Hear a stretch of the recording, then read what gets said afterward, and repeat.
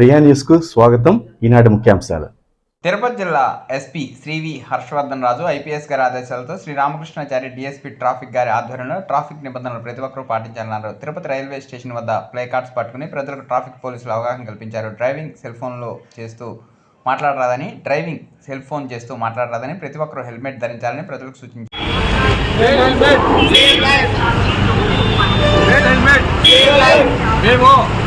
Helmet ధరిస్తాము, వేగంగా పోము, అందరికీ హెల్మెట్ ధరించమని చెప్తాము.